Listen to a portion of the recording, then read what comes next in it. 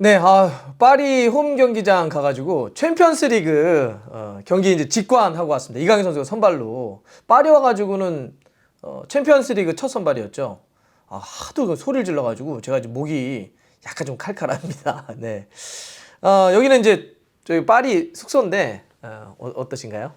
여기서 이제 프랑스 현지에서 보내드리는 이제 후토크를 좀 하려고 하는데 일단 파리가 극적으로 비겼죠. 추가 시간에 이제 골이 터졌는데 물론 이제 홈이었으니까 이겼으면 더 좋았을 텐데 그래도 동점을 만들었다는 게 일단 의미가 크죠. 만약에 동점을 못 만들었다고 한다면 16강 진출이 굉장히 어려워졌을 거예요. 왜냐하면 그 뉴캐슬하고 순위가 바뀌었을 테니까.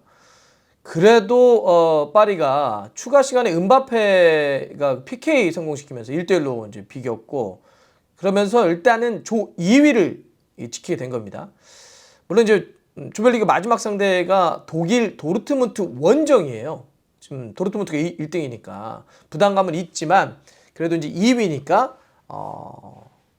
어느 정도의 가능성을 좀 살려놨다 이렇게 좀 볼 수 있겠죠. 현재는 도르트문트가 승점이 10점, 그리고 파리가 7점, 뉴캐슬과 밀란이 5점씩 이렇게 되어 있습니다. 지금 이제 한 경기씩 남겨놨으니까 파리가 뭐 도르트문트를 이기면 뭐 다른 경우에서 볼 것 없이 그냥 16강 가는 거고요. 비기거나 지면 뉴캐슬과 밀란의 경기 결과를 좀 봐야 되거든요. 물론 파리는 만약에 돌문에게 지더라도 뉴캐슬과 밀란이 비겨버리면 2위로 올라갈 수는 있겠는데 그건 뭐 너무 또 상대 저까지 다 봐야 되니까 일단은 그래도 이겨놓고 봐야 되겠다. 뭐 비교도 어떻게 될지도 이렇게 좀 약간 복잡해질 수도 있습니다. 자, 이런 이제 상황이라는 말씀 드리고요. 근데 일단 그런 점에서는 오늘 그냥 홈에서 이겨버렸으면 얼마나 좋았을까 생각을 할 텐데 여러분들은 좀 어떠셨어요? 저는 오늘 경기 보면서 가장 딱 눈에 띈 게 아니 어떻게 전반과 후반의 경기력이 이렇게 다른가? 좀 더 경기력의 일관성이 좀 있어야 되잖아요. 너무 기복이 이렇게 있는 것 같아요. 뭐 경기마다 기복도 문제지만 한 경기 내에서 전반과 후반이 다르다는 것도 좀 문제인데 사실 전반전은 지금 보면서 이 실점을 내준 걸 포함을 해가지고 너무 답답하더라고요. 잘 뚫어내지도 못하고. 근데 후반전에는 뭐 파상 공세를 막 몰아붙이면서 완전히 이 텐션도 하이 텐션으로 막 갔잖아요. 그래서 막 경기도 재밌고 사실은 골이 더 터질 수 있었는데 결정력 뭐야? 아니 바르콜라하고 뭐냐 템벨레는. 저 음바페도 사실 약간 맛이었고 이렇게 결정력이 좀 따르지 않으면서 그러긴 했는데 여하튼 후반전에는 굉장히 그 경기를 끌어가는 게 상당히 좋았다 이렇게 볼 수는 있겠죠. 실제로 데이터를 놓고 보더라도 전반엔 점유율이 6대 4였는데 후반에는 8대 2까지 올랐어요. 굉장히 많이 올라갔죠. 슈팅도 전반에 14개였는데 후반에는 17개로 또 올라갔습니다. 결정력만 진짜 좀 좋았다고 한다면 제가 봐서는 뭐 한 2골, 3골 정도는 충분히 나오지 않았을까. 많은 분들은 네가 현장 가서 그렇다라고 하는데 제가 가끔씩 이길 때도 많습니다. 예. 그러면 이제 그래도 이야기는 해봐야 되잖아요. 전반과 후반의 그 경기력이 왜 이렇게 차이가 났냐 이런 거죠. 그 이유를 봐야죠. 왜? 자, 저는 이제 크게 세 가지 이유로 좀 분석을 하는데요. 현장에서 보면서 느꼈던 거. 첫 번째, 이 경기 흐름을 전반과 후반을 좀 달라지게 만든 승부 카드. 첫 번째는 후반전에 이강인 선수의 오른쪽으로의 위치 전환이죠. 이거 아마 많은 분들이 좀 느끼셨을 것 같아요. 이강인 선수가 선발로 나왔고 전반전에는 이제 왼쪽으로 뛰었죠. 근데 이제 후반 시작하면서는 이강인 선수를 오른쪽으로 바꾸고 그 오른쪽에 있었던 파비앙 루이스를 왼쪽으로. 그러니까 오늘은 이제 4-3-3이었는데 약간 위쪽에 세워놨던 미드를 전반전에 왼쪽에 이강인, 파비앙 루이스 오른쪽을 이렇게 바꾼 거죠. 그래서 이강인 선수를 오른쪽, 파비앙 루이스를 왼쪽 이렇게 돌렸는데 저는 이게 일단 흐름을 좀 달리 가져오는 데 있어서 큰 힘이 좀 됐다고 봅니다. 그러니까 확실히 이강인 선수가 왼쪽에 쓰게 되면 몸을 다 열어놓고 이렇게 봐야 되잖아요. 그죠? 왼발을 쓰니까. 그러면 전체적으로 이 플레이의 속도가 좀 떨어질 수밖에 없죠. 근데 오른쪽에 있으면 반만 열어도 돼요.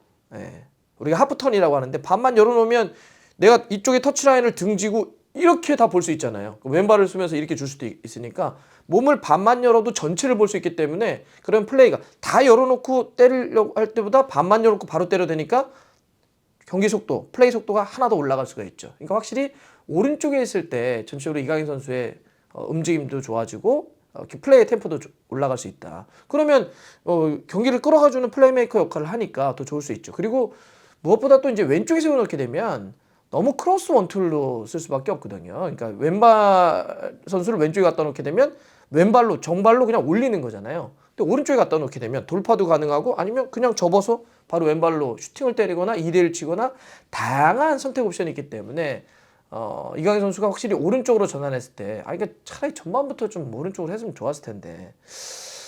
그래서 그 이강인 선수 오늘 후반전에 나왔던 기가 막힌 장면만 놓고 보면 그 역습 기회에서 파리 쪽 홈이 이쪽 골대 쪽이었는데 그쪽에서 오른쪽 전환했으니까 여기서 볼 잡아놓고 볼 돌아가서 나오는 거 보셨어요? 볼 붙여놓고 오른발에 기가 막히게 돌면서 나와가지고 역습으로 찔러줬던 장면이 있잖아요. 이것도 후반전 나왔던 거고, 그다음에 이쪽 터치라인 쪽에서 또 약간 이렇게 아웃프론트 바깥쪽 발등으로 딱 볼 컨트롤해가지고 동료에게 주고 빠져나왔던. 그러니까 확실히 자기 스스로도 이강인 스스로도 오른쪽에 있을 때 편안한 것 같아요.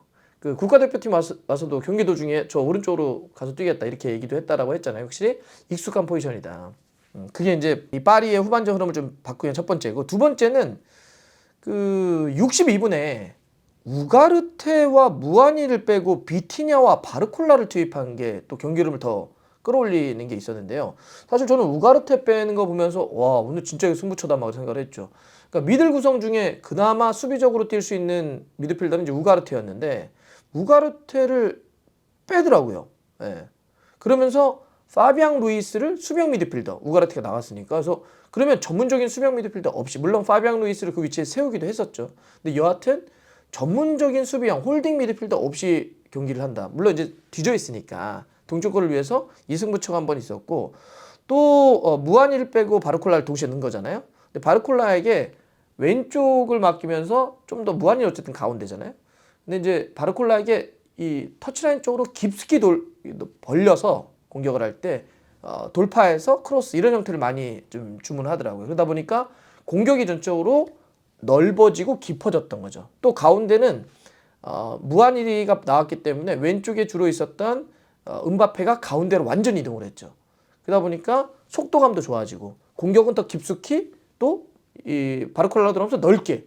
기본적으로 우리가 축구에서 공격 전술의 기본은 공격은 넓고 깊게, 이게 이제 어느 정도 되면서 이제 흐름을 또 변화를 가져왔다, 이렇게 좀 볼 수 있겠죠. 세 번째는 이거는 완전한 승부수였죠. 85분에 센터백 다닐루를 빼더라고요. 그래서 하무스를 투입을 했어요. 이거는 사실 중앙 수비수 빼고 스트라이커를 넣은 거니까 진짜 이제 마지막 추가 시간 한 10여 분 남겨놓고 합쳐서 다 건 거죠. 루이스 에니케 감독이. 사실상 거의 원백이었거든요. 그러면 센터백 한 명 남겨놓고잖아요. 스크리니아르 한 명 남겨놓고, 뭐 물론 파비앙 루이스를 또 살짝 내리긴 했지만 그 원백, 사실상 원백 체제로 갖다 놓고 극단적인 공격 전개를 했던 거죠.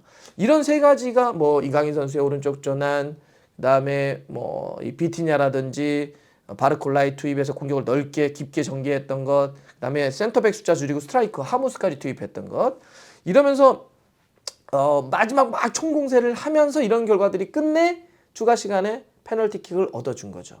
그러니까 이런 극적인 동점골을 만들었던 것, 또 이렇게 전반과 후반 경기 흐름에 큰 변화, 이 두 개가 달랐던 것도 바로 이 후반전에 이 세 차례가 됐던 승부처다, 이렇게 볼 수는 있겠는데, 근데 이제 이런 과정에서 그럼 이렇게 또 얘기를 하나 더 할 수 있잖아요. 오케이, 이제 후반전 왜 그렇게 분위기가 달라졌는지는 알겠다.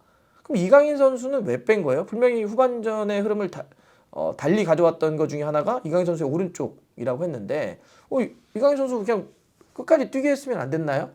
이런 이제 또 질문을 우리가 할 수 있잖아요.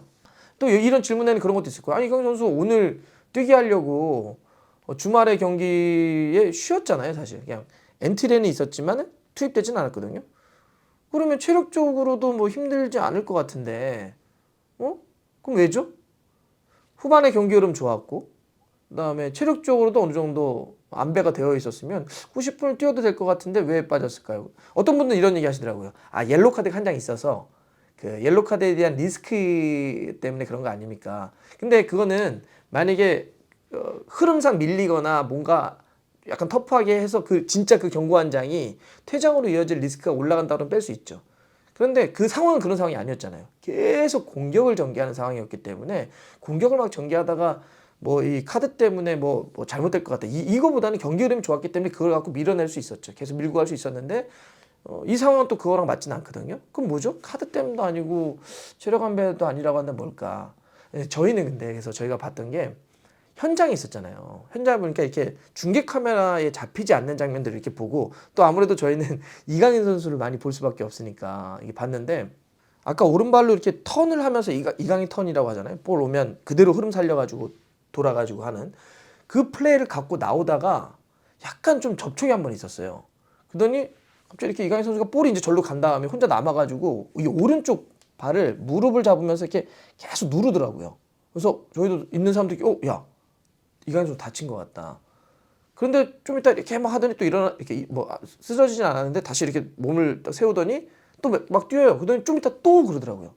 막 이렇게 얼굴도 이렇게 하면서 이렇게 계속 누르고 다리를 만져보고 그래서 이거 좀 어렵나 보다. 저희도 이제 그런 얘기를 했거든요. 그러더니 진짜 좀 있다가 교체돼서 나가더라고요.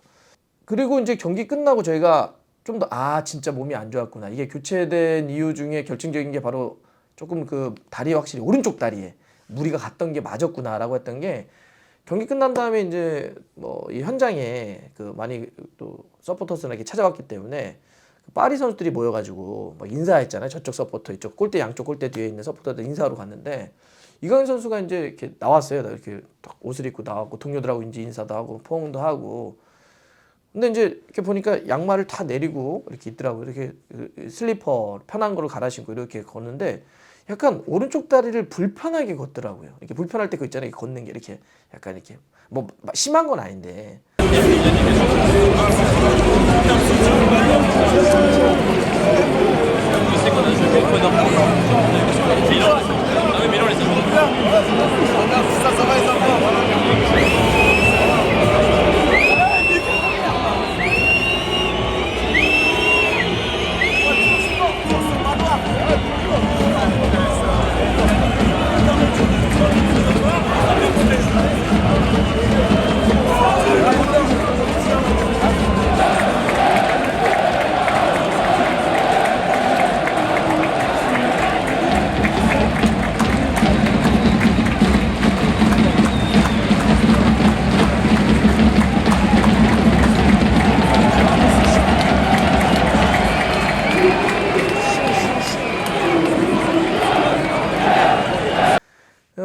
지금 봐서는 뭐 큰 부상 이렇게까지 얘기할 건 아닌 것 같은데 확실히 그 턴을 하면서 무리가 갔던 한번 컨택이 들어오면서 무리가 갔던 게 경기 어떤 풀 컨디션을 가지고 마지막까지 90분 뛰기 좀 어려웠었던 거구나.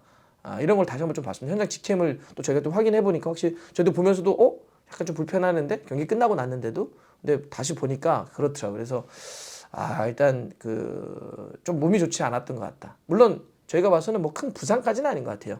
뭐 큰 부상이었다고 한다면 뭐 그렇게 하지도 않고 바로 응급 조치를 했을 텐데 그건 아니니까.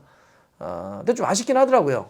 참 이강인 선수가 후반전에 흐름도 좋았고 파리도 진짜 잘했는데 근데 바르콜라는 진짜 걔는 바로 앞에서 그걸 놓치고 덴벨레는 또 참 아쉬워. 진짜 결정력만 좀 올라갔어도. 근데 뉴캐슬도 잘하더라고요. 보니까 준비도 많이 했고. 사실 부상자들이 되게 많고 막 빠진 선수들도 많았는데 미들에 두고 10대 선수들도 잘하고 뭐 좌우 쪽 풀백들도 좋고 그래서 뉴캐슬도 잘하긴 했는데 근데 뉴캐슬도 아쉽겠다. 마지막에 비겨가지고. 근데 여하튼 파리로서는 좀 애매하긴 한데 무승부가 그래도 16강 진출 가능성을 열어놨다는 거고 이강인 선수도 챔피언스리그 뉴캐슬 경기 와가지고 첫 경기였잖아요. 선발로만 놓고 보면 선발로 예전에 발렌시아 시절에 챔스 데뷔전 하면서 그런 얘기 했다고 저기 한번 말씀드렸었는데 이강인 선수가 웬만한 경기나 대회에서는 이렇게 긴장이 안 된대요. 근데 진짜 긴장되는 것 중에 하나가 챔피언스 리그라고 하더라고요. 그 노래 딱 들을 때 우리 챔피언 뭐 이런 노래 들으면 그렇다고 하는데 또 이제 시작을 한 거잖아요. 선발로는. 그래서 이제 12월 중순에 그 6차전 하는데 독일 원정이거든요. 그때까지 어쨌든 리그를 포함을 해서 잘해가지고 그때는 더 멋있는 플레이 봤습니다. 그때는 제가 안 올게요 파리에. 네. 그냥 마음 놓고 편하게 잘하길 마음속으로만 응원하겠습니다. 16강 못 갈 거예요. 안녕. 감사합니다.